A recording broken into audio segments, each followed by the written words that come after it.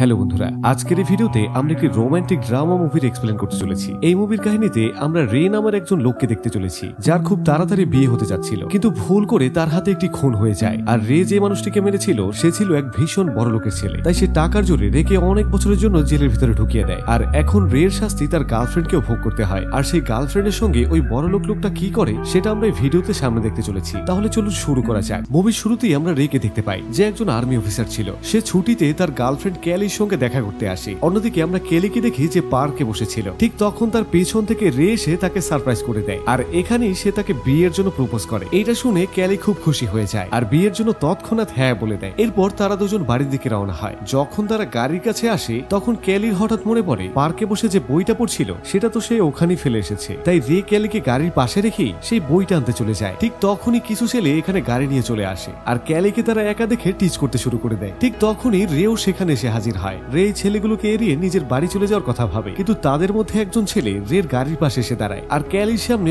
অদ্ভুত আচরণ করতে শুরু করে, যেটা দেখে রের খুব রাগ উঠে যায়। এরপর রে নিজের গাড়ি থেকে নেমে সেই ছেলেটার কাছে আসে। এখানে তাদের মধ্যে একটা মারামারি শুরু হয়ে যায়। মারামারির এক পর্যায়ে ওই ছেলে রের উপরে একটা ছুরি দিয়ে আক্রমণ করে, কিন্তু রে নিজেকে বাঁচানোর জন্য ছেলেটাকে ধাক্কা মেরে দেয়। দেখা যায় ছেলেটা মাটিতে পড়তেই তার নিজের ছুরি তার পেটের ভিতরে ঢুকে যায় আর সেখানেই তার মৃত্যু হয়ে যায়। এই ছেলেটার নাম ছিল কিম। এরপর সে আর কেলি একজন উকিলের কাছে যায়। ওদিকে রের উপরে এতক্ষণে খুনের অভিযোগ লেগে গিয়েছিল। উকিল তাদেরকে বলে, তোমাদের সামনে দুইটা রাস্তা আছে। প্রথমটা হলো তুমি নিজের দোষ কবুল করে নাও, এতে করে তোমার 2 থেকে 3 বছরের শাস্তি হতে পারে, কিন্তু আমি এটাকে 1 বছরের সাজা কমিয়ে আনতে পারি। আর যদি তুমি নিজের দোষ কবুল না করো তবে তোমার কমপক্ষে 8 থেকে 10 বছরের জেল হতে পারে। এরপর অনেক ভেবেচিন্তে রে এই সিদ্ধান্ত নেয় যে সে নিজের দোষ কবুল করবে আর সে 14 মাসের শাস্তি ভোগ করবে। অন্যদিকে আমরা এক ধনী লোককে দেখি, যে ছিল কিমের বাবা। সে তার লোকদের বলে, তোমরা গিয়ে খোঁজ করো কে সেই লোক যে আমার ছেলেকে মেরেছে। এরপর তার লোকেরা সেই জেলের সন্ধান পেয়ে যায় যেখানে রেকে রাখা হয়েছিল। এই জেলের জেলারের নাম ছিল জ্যাক মরিসন। কিমের বাবা জেলারের সঙ্গে দেখা করে আর তাকে একটা টাকার ব্যাগ দিয়ে বলে রেকে যেন জেলের ভিতরে অনেক টর্চার করা হয়, আর যাই হোক না কেন রে যেন জেল থেকে বাইরে যেতে না পারে। এদিকে দেখা যায় এই জেলটিতে নতুন কয়েদিদেরকে আনা হচ্ছিল আর তাদের মধ্যে একজন ছিল রে। এখানে রিকো নামের এক অফিসার সব কয়েদিদের তাদের জামা কাপড় খুলে ফেলতে বলে। এরপর সব কয়েদিরা তাদের জামা কাপড় খুলে ফেলে, কিন্তু তাদের মধ্যে একজন কয়েদি ছিল যে জামা কাপড় খুলতে খুব লজ্জা পাচ্ছিল। এরপর রিকো তার কাছে যায় আর জোর করে তার কাপড় চোপড় সব খুলে ফেলে। যখন সিকিউরিটি সেই কয়েদির সঙ্গে এমন আচরণ করছিল তখন রে তাদের বলে, তোমরা এমনটা করো না। এই কথা শুনে রিকোর তো প্রচন্ড রাগ উঠে যায় আর সে রের কাছে গিয়ে তাকে টর্চার করতে শুরু করে। দেখা যায় রের উপর প্রথম দিন থেকেই টর্চার শুরু হয়ে যায়। এর কিছুক্ষণ পরে উইলিয়াম নামের একজন গার্ড রেকে জেলারের কাছে নিয়ে যায়। এখানে জ্যাক মরিসন জানতে পারে যে রে 12 বছর ধরে আর্মিতে চাকরি করেছে। যখন জেলার এটা জানতে পারে তখন সে উইলিয়াম এবং বাকিদের বলে, তোমরা রের সঙ্গে ভালো ব্যবহার করো। এদিকে রে যখন মাঠে হাঁটছিল তখন হঠাৎ চলতে চলতেই তার ধাক্কা লাগে একটা লোকের সঙ্গে। সে কয়েদি এতে খুব রেগে যায় আর সে রের উপরে আক্রমণ করতে শুরু করে। আর তখনই তার পাশে দাঁড়িয়ে থাকা মোজন নামের এক কয়েদি ওখানে সে রের পক্ষে দাঁড়িয়ে যায়। আসলে জেলটিতে অনেক রকমের গ্রুপ ছিল আর মোজন ছিল তাদের মধ্যে একটা গ্রুপের হেড। এখন এই দুই গ্রুপ একে অপরের মুখোমুখি হয়ে যায়। তাদের মধ্যে একটা ঝগড়া শুরু হতেই চলছিল, কিন্তু ঠিক সেই সময় উইলিয়াম এসে উপস্থিত হয় আর সেই দুই গ্রুপকে শান্ত করে দেয়। এরপর উইলিয়াম এখানে রেকে লাইব্রেরিতে কাজ করার জন্য বলে। লাইব্রেরিতে রের দেখা হয় একজন বৃদ্ধ লোকের সঙ্গে যে রেকে বই রাখার জায়গাগুলো দেখিয়ে দেয়। দেখা যায় রে যখন লাইব্রেরি থেকে নিজের সেলের দিকে যাচ্ছিল ঠিক তখনই ওই একই গ্রুপের কয়েকজন এসে রেকে বিরক্ত করতে শুরু করে, কিন্তু রে এখানে নিজের রাগের উপরে নিয়ন্ত্রণ রাখে আর এরপর সে তার নিজের সেলে ফিরে আসে। রে তখন তার নিজের সেলে বসে একটা ডায়েরি পড়ছিল। ঠিক তখনই আবার রিকো সেখানে এসে হাজির হয়। সে এসে ডায়েরি তল্লাশি নেয় আর ডায়েরি চেক করতে গিয়ে সে রের প্রেমিকার একটি ছবি পায়। সে রেকে জ্বালানোর জন্য তার প্রেমিকার ছবিটা তার সামনে চাটতে শুরু করে। এটা দেখে রে খুব রেগে যায়। সে রিকোর উপরে হামলা করতেই যাচ্ছিল, কিন্তু বাকি দুই গার্ড এসে তাকে ধরে ফেলে। রিকো তখন তাকে আরো রাগানোর চেষ্টা করে। সে তার সামনেই প্রেমিকার ছবিটাকে ছিঁড়ে ফেলে। এরপর সে রেগে তার কাপড় খুলতে বলে আর রিকো তখন রেকে একটা থাপ্পড় মারে। রিকো রেকে আরো বেশি টর্চার করতে চায়, কিন্তু তার সাথের গার্ডেরা তাকে সেটা করতে বাধা দেয়। এর পরের দিন আমরা দেখি রে যখন গোসল করছিল পাহাড়ের মতো দেখতে কয়েদি এসে তার পাশে দাঁড়ায় আর সে এখানে সে রেগে বলে, তুমি নিচু হয়ে যাও তো খোকা, আমি তোমার পিছন থেকে মজা নেই। এটা শুনে রে প্রচন্ড রেগে যায় আর সে সেই কয়েদির বুকের উপর পর্যাপ্ত ঘুষি মারে, যার ফলে সেই কয়েদি পিছিয়ে গিয়ে নিচে পড়ে যায়। আর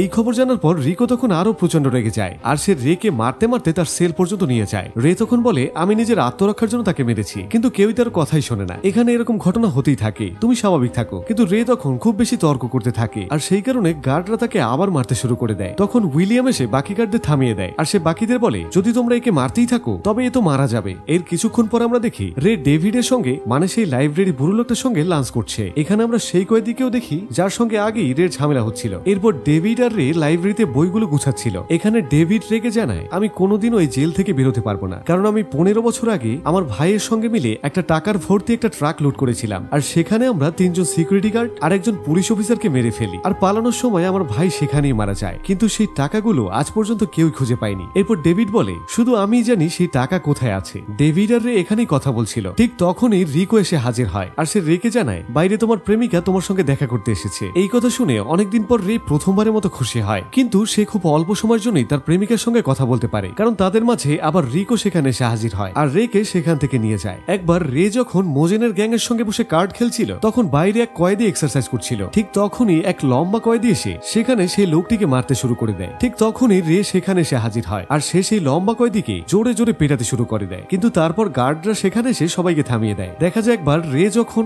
বাথরুম পরিষ্কার করছিল, তখন সেখানে সেই কয়েদি আসে যার সঙ্গে রের প্রথমবার ফাইট হয়েছিল। সেই কয়েদিটি আবারও রেকে মারার চেষ্টা করে, কিন্তু রে যেহেতু অনেক বছর আর্মিতে ছিল, তাই সে কয়েদিটিকে ভীষণ ভাবে মারতে থাকে। এদিকে সিসিটিভিতে এসব দেখে রকো সেখানে চলে আসে, কিন্তু এদিকে তখন জেলের ইনচার্জ জ্যাক সেখানে ছিল না। এই সুযোগে এখানে রেকে খুবই জঘন্য একটা শাস্তি দেওয়া হয়। আপনারা নিশ্চয়ই বুঝতে পারছেন যে রের সাথে কি করা হয়েছিল। এর পরের দিন আমরা দেখি 3 জন গার্ড একসঙ্গে বসে আছে, কারণ এক ধনী লোক তাদেরকে রেকে টর্চার করার জন্য প্রচুর টাকা দিয়েছিল, কিন্তু ভিক্টর তাদের বলে, আমি এই বিষয়ে আর জড়াতে চাই না, আর যদি তোমরা এভাবেই চলতে থাকো তাহলে আমি তোমাদেরকে কোর্ট পর্যন্ত নিয়ে যাব। এরপর ভিক্টর রেগে সেখান থেকে চলে যায়। ঠিক তখনই এই 3 জনের বস উইলিয়াম সেখানে এসে হাজির হয়। উইলিয়াম তখনও জানতো না যে এখানে কি নিয়ে আলোচনা চলছিল, কিন্তু উইলিয়াম খুব রেগে গিয়ে রেকে দিয়ে টয়লেট পরিষ্কার করানোর জন্য গার্ডদের ধমক দেয়। সে তাদেরকে বলে, আমি রেকে লাইব্রেরি কাজ দিয়েছিলাম, এরপর থেকে তোমরা কেউ আমার অনুমতি ছাড়া ওকে দিয়ে কোনো কাজ করাবে না। এদিকে রিকো আর ফক্স জেলারের কাছে যায়। ওরা সেখানে এসে বলে, ভিক্টর আমাদের সাপোর্ট করতে অস্বীকার করেছে, সে শুধু আমাদের প্ল্যানই নষ্ট করবে না, বরং সে আমাদেরকে কোর্ট পর্যন্ত টেনে নিয়ে যাওয়ার হুমকিও দিয়েছে। এখান থেকে আমরা বুঝতে পারি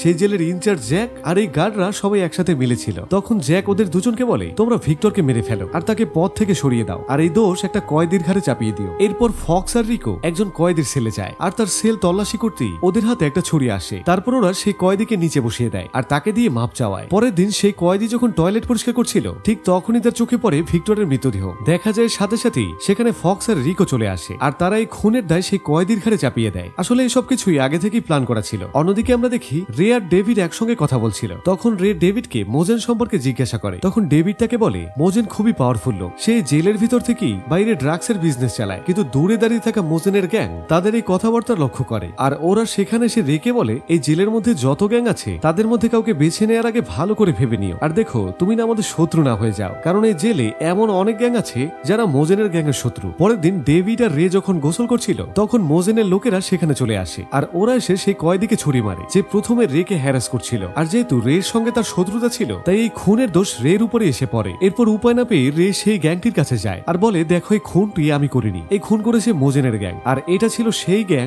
যার একজন লোককে কিছু সময় আগে মেরে ফেলা হয়েছে। সেই গ্যাংয়ের লোকেরা রের কথা বিশ্বাস করে নেয়। এর কয়েকদিন পরে রের গার্লফ্রেন্ড তার সঙ্গে দেখা করতে আসে, কিন্তু ফক্স আর রিকো তখন তার সঙ্গে খুবই খারাপ ব্যবহার করে। তারা সিকিউরিটি চেকের অজুহাতে তাকে নগ্ন হতে বলে। এদিকে কেলিকে বাধ্য হয়ে ওদের কথা মানতে হয়, আর সে তার সব জামা কাপড় ওদের সামনে খুলে ফেলে। এরপর রিকো সরাসরি রের কাছে চলে যায় আর গিয়ে বলে, আমরা তোমার গার্লফ্রেন্ডকে উলঙ্গ করেছিলাম। এই কথা শুনে রে প্রচন্ড রেগে যায়, কিন্তু সে তখনও জেলের মধ্যে বন্দী ছিল, আর যার কারণে সে চাইলেও কিছুই করতে পারছিল না। এরপর রেকে মোজেনের সেলে ডাকা হয়। ওখানে গিয়ে ওরা রেকে প্রচুর মারধর করে, কারণ রে ওদের গ্যাংয়ে যোগ দেওয়ার জন্য অস্বীকার করেছিল। এরপর একবার যখন রে আর ডেভিড একসঙ্গে বসেছিল, তখন রিকো আর ফক্স এসে আর তাকে ধরে ওয়ার্কশপে নিয়ে যায়, কারণ মোজেন ওদেরকে এই কাজটা করতে বলেছিল। এরপর মোজেন তাকে হুমকি দেয় যে, তোমার আশেপাশে যত মানুষ আছে যেমন ক্যালি আর ডেভিড, আমি ওদের সবাইকে মেরে ফেলবো। এই কথা শুনে রে প্রচন্ড রেগে যায়, আর সে ফক্স আর রিকোকে মারতে থাকে। রের এমন আচরণের জন্য তাকে একটা অন্ধকার সেলে বন্দী রাখা হয়। যখন এই ব্যাপারটা উইলিয়াম জানতে পারে, তখন সে সরাসরি জ্যাকের কাছে যায়, আর সে জ্যাককে জিজ্ঞেস করে ফক্স আর রিকোকে কে বলেছিল রেকে ওয়ার্কশপে নিয়ে যেতে। এই কথা শুনে ঘুষখোর ইনচার্জ জ্যাক প্রচন্ড রেগে যায় আর বলে, এই জেলের ইনচার্জ আমি, তাই আমি যা চাই তাই করব। ওদিকে আমরা দেখি রে যেই সেলে আছে সেখানে তার সঙ্গে পশুদের থেকেও খারাপ ব্যবহার করা হচ্ছিল। এই ঘরটা ছিল একেবারেই অন্ধকার। এই কারণে মাত্র কয়েক সপ্তাহের মধ্যেই রে পাগলের মতো আচরণ করতে শুরু করে দেয়। এখানে একা থাকতে থাকতে রের মাথা পুরোপুরি খারাপ হয়ে গিয়েছিল। একদিন উইলিয়াম আসে রেকে সেই সেল থেকে বের করে আনার জন্য। উইলিয়াম একজন সৎ অফিসার ছিল, সে রের কাছ থেকে সবটা জানতে চায় আসলে এখানে ঠিক কি হয়েছিল, কিন্তু রের তখন এমন মানসিক অবস্থা ছিল যে সে উইলিয়ামের সঙ্গে কোনোভাবে কথাই বলতে পারছিল না। এদিকে দেখতে দেখতে অনেকটা সময় পেরিয়ে যায়, আর রের মানসিক অবস্থার উন্নতি হচ্ছিল, কিন্তু মোজেন এখনো রের থেকে বদলা নিতে চায়। তাই মোজেন এখানে তার গ্যাং এর একজন লোককে পাঠায় রেকে মারার জন্য, কিন্তু সেই লোকটাকে রে এক সময় অনেক সাহায্য করছিল, তাই সে রের উপরে কোনো আক্রমণই করে না। এটা দেখে মোজেন প্রচন্ড রেগে যায় আর সেই লোকটাকে খুন করে ফেলে। আর যখন রে এটা জানতে পারে, তখন সে তার রাগকে আর নিয়ন্ত্রণে রাখতে পারে না। সে সোজা মোজেনের গ্যাং এর কাছে চলে যায় এবং ওখানে গিয়ে তাদের গ্যাং এর সঙ্গে লড়াই করতে করতে শুরু করে। সে গ্যাং এর একজন লোককে তৎক্ষণাৎ মেরে ফেলে এবং সোজা মোজেনকে চ্যালেঞ্জ করে। ঠিক তখন